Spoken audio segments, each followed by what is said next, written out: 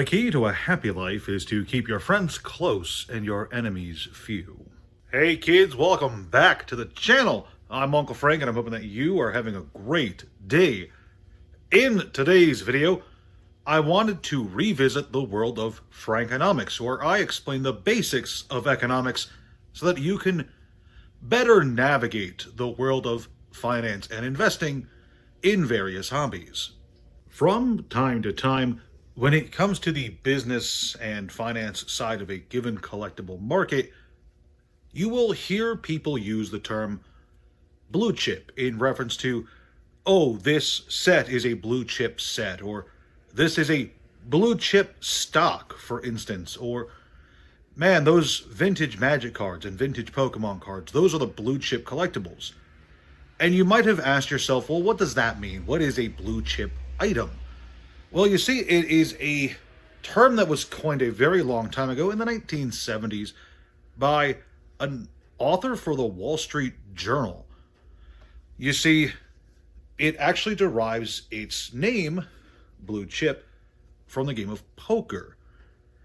And in poker, blue chips were the most desirable chips. They were the chips that everyone would want in a game of poker because they were the ones that were worth $25 as opposed to 1 or 5 or 10 or whatever.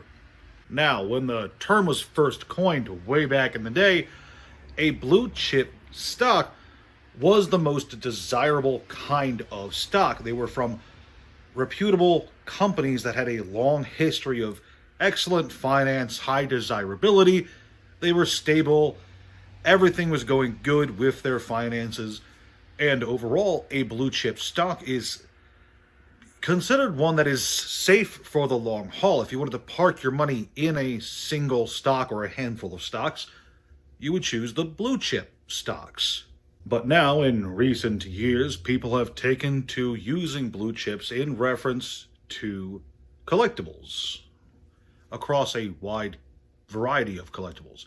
And not just collectibles, they use it for other non-stock things such as housing, cars, retail items of all sorts. But collectibles is what we're talking about, so let's try to stay on topic. It doesn't really matter which collectible category the term blue stock item is used for, because the definition basically remains the same, and it's the same as that early definition. A blue stock item in a collectible category is among the most desirable, most trusted item for that given collectible category. So the most trusted Beanie Babies, for instance, would be the blue chip Beanie Babies. Good examples, for instance, a blue chip video game item for a collector or an investor might be a sealed NES game like Super Mario Bros. 3 or The Legend of Zelda.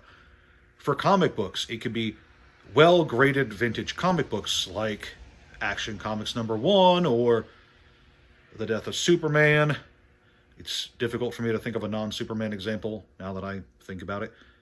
And of course, in the world of cards, when you think of the term blue chip cards, your mind tends to go to a lot of vintage items, such as old WotC Pokemon cards or sealed product, reserved list cards for Magic the Gathering, and a lot of GX era and Duel Monsters era Yu-Gi-Oh cards that are both highly desirable as collector pieces, as well as really playable in certain throwback formats. And that really is all there is to it. When somebody is talking about a card or a set and calling it a blue chip item, they are simply saying that it's a highly desirable card or set and that it's probably worth holding on to for a long time. Now, obviously what people consider a blue chip card or sealed box is going to vary from person to person, but you'll find a lot of people, especially once they start throwing a lot of money into these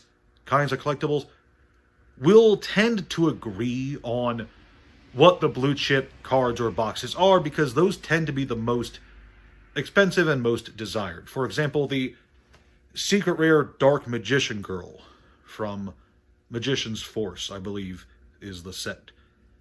It's an extremely desirable card. Everybody who collects vintage Yu-Gi-Oh wants this card. It's absolutely iconic to the game history, the anime history. It's one of the earliest examples of a waifu card. So, of course, a lot of people would consider that to be a blue chip collectible card, the centerpiece of their collection, and a card that they would be confident in retaining its value for a long time. And in Magic the Gathering, the same could be true of original dual lands, where people who go out of their way to buy those could be relatively confident that those won't lose their value anytime soon, unless Wizards of the Coast does a little shakeup like Magic 30 and annoys a bunch of the collectors and investors. Now, like with all financial terms, it's important to remember that just because there's a lot of faith in a blue chip item, it doesn't necessarily mean it's a solid, safe investment. With anything regarding finance, there is always, and I do mean always, just a small to huge degree of risk. There's always the chance of a card you purchase going to zero. There's always the chance of a box you buy being completely undesirable on the open market. Just like there's always the chance that a stock you buy can crash and go to zero on the stock market, which is always important to remember. A lot of people will tell themselves that a blue chip item means that their money is safe for the long haul. It doesn't mean it's safe. It just means that you're more confident, or you could be more confident in that particular item for a longer period of time, 5 to 10 years, as opposed to somewhere else you could park your money. For example, like as somebody who buys a lot of cards, I could choose one of two items to park my money in. I could buy one $200 card, like a dual land, and have some confidence that that will stay around $200 for a long time, or hopefully even increase in value. That'd be nice. Or I could buy $201 cards and hope that they go up instead of crashing down to 10 cents a piece, which can happen and does happen all the time.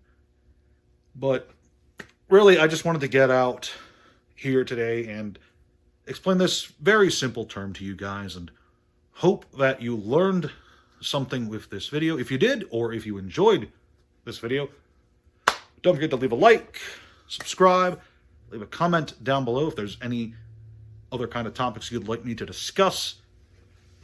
And, of course, remember, your uncle needs to get healthy. So for every like this video gets, I'll be doing a push-up in the next one. That's all I've got for you guys today. I'll see you in the next one. Ciao. My previous video got 19 likes.